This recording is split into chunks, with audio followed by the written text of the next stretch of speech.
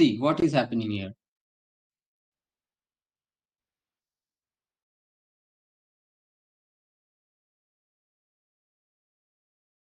Here we are just taking the elements one after the other. Now the low pointer, see, it is pointing to the smallest, like the first element of the vector. Mid is also going to the first element, and high is pointing to the last element.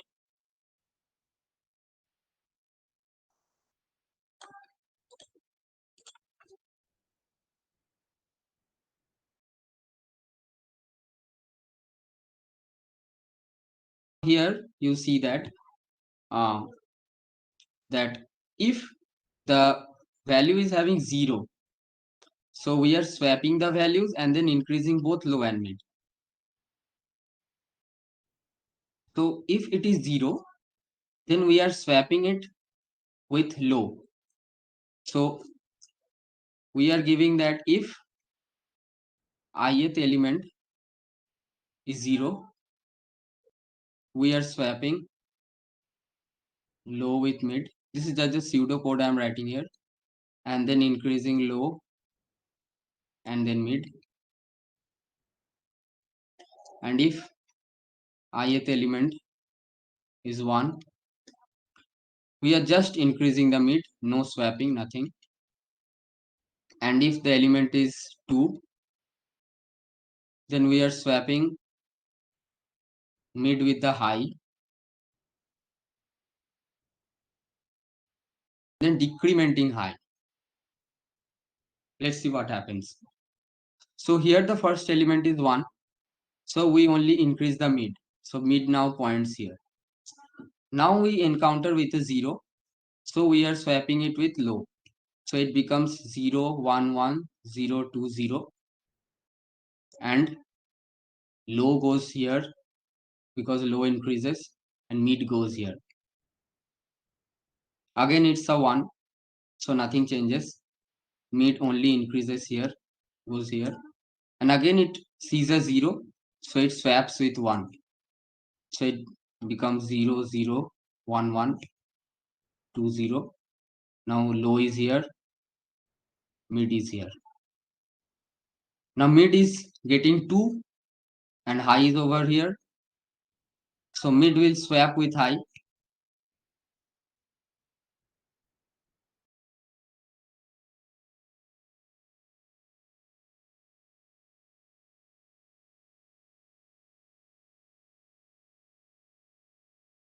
Mid is still here.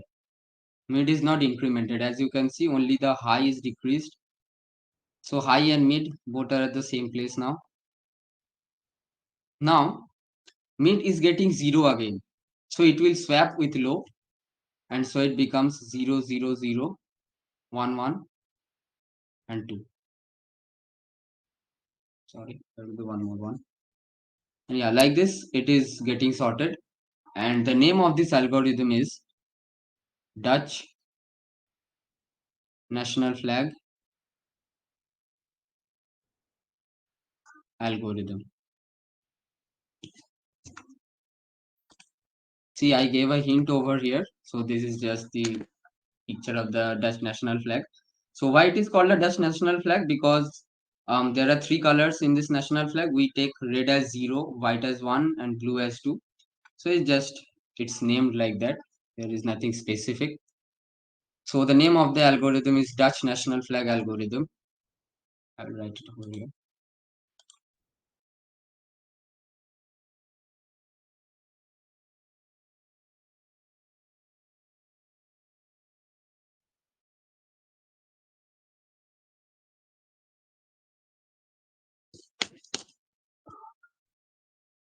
Now let's see the code.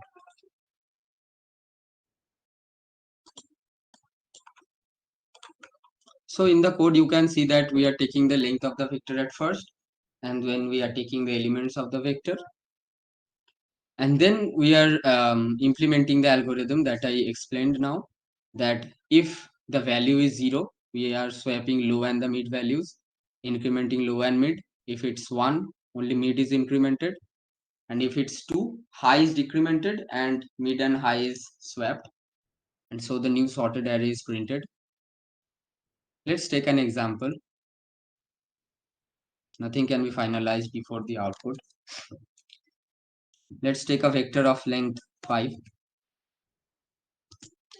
So let's give the elements as 2, 0, 1, 0, 0. Let's see. There is one error in it.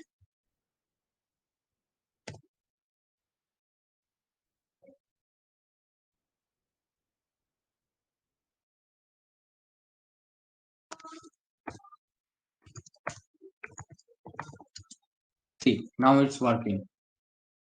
So can you see the bug now? Like I kept this bug like intentionally, like to understand why this is happening.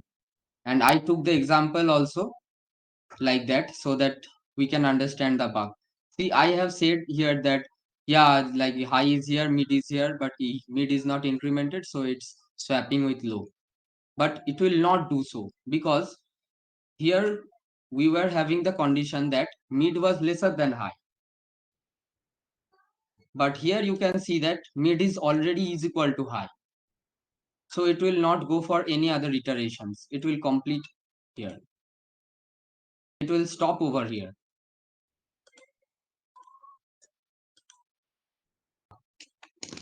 So let us take one more example. Yes. So let's take a different case. Like let's take the length of the vector as 7. And let's give the decreasing sorted array like 2, 2, 2, 1, 1, 1, 6, and then 0. See, now it's working perfectly. You can try it with any kind of inputs you want. Now it's not having any kind of bugs.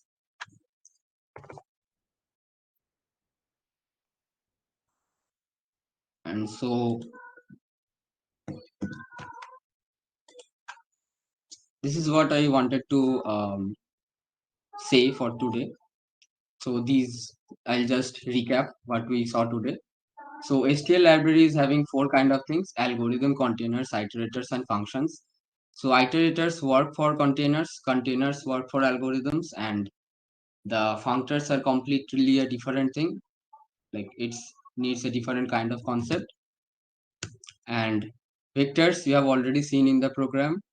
Stacks are required for there is a kind of question where like matching brackets kind of question where we have to see that the number of brackets we have opened is closed correctly. For that time kind of questions we need stacks.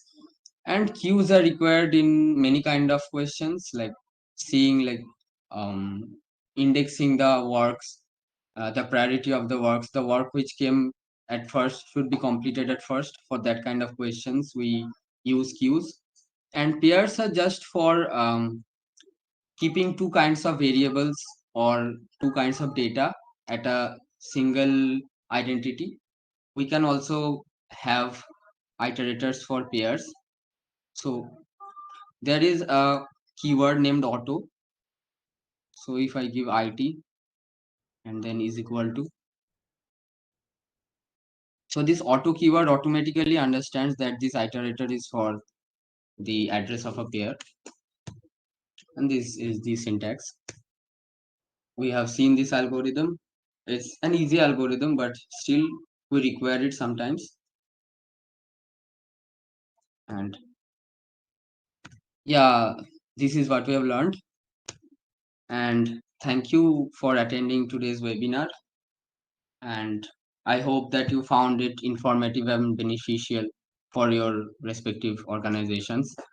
But before we conclude, we would like to take a moment to inform you about an exciting opportunity.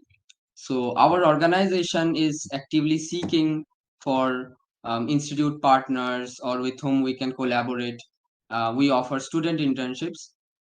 We are also proud to be registered with AICTE, which is All India Council for Technical Education, for providing internships.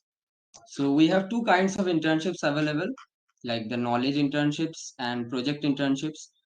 The project internship is stipend-based program where students get real-world experience projects to have their experience hands-on.